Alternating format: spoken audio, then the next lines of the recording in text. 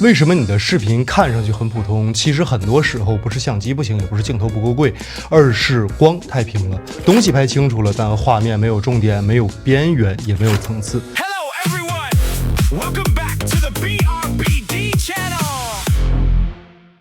大家好，歡迎回到 BRBD 的頻道。今天聊斯莫格的 RF20C， 它看起來像一只手電，但我覺得它更準確的定位是一只可以隨手放進攝影包裡的小型創意燈。它不是那種用來把整個房間照亮的大燈，而是更適合給畫面補一束有用的光。比如拍產品的時候，側後方打一束輪廓光，產品邊緣馬上就能從背景裡分離出來。拍桌面開箱的時候，背景給一點顏色，畫面就不會只剩下一片平光。拍小場景人像的時候，用它打背景打侧光，也能很快的做出一點氛圍。RF20C 本體比較核心的地方，一個是体积不大，帶出去没什麼負擔；一個是它有多種顏色，不只是白光；再一個是它可以变焦，光束可以从相对集中的窄光切到更散一点的泛光。所以它的使用邏輯很簡单，你不需要重新搭一整套複雜的燈光系統，只要在原來的畫面裡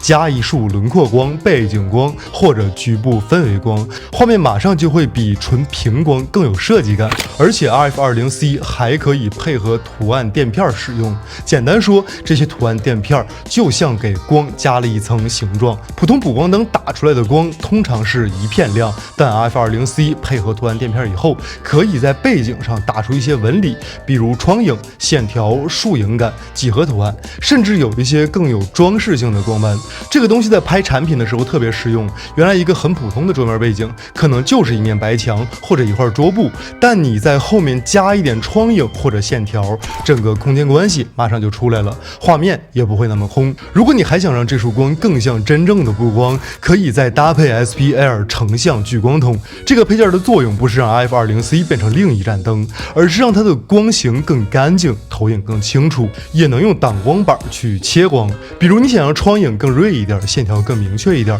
圖案邊緣不要那麼散，這時候 SPL 就會更有用。它可以讓 RF20C 從一只小型創意补光燈進一步變成一只可控的成像燈。所以我覺得這套組合的重點還是 RF20C， 單獨用它是一只很實用的小型創意補光燈。你可以用它做輪廓光、背景光、顏色氛圍，也可以用圖案墊片給畫面加一點紋理。加上 SPL 之後，它的玩法會更接近專業布光，尤其適合做窗影、線條、圖案投影這些更明確的視覺效果。當然，它不適合替代大功率攝影燈，它更適合桌面創作者、產品拍攝、小場景人像或者外出拍攝時臨時給畫面補一點層次。對我來說 RF20C 最有價值的地方不是參數多誇張，而是它能用很低的攜帶成本讓普通畫面少一點隨手拍的感覺。你不一定每次都用到它，但當畫面太平、背景太空、產品沒有邊緣感的時候，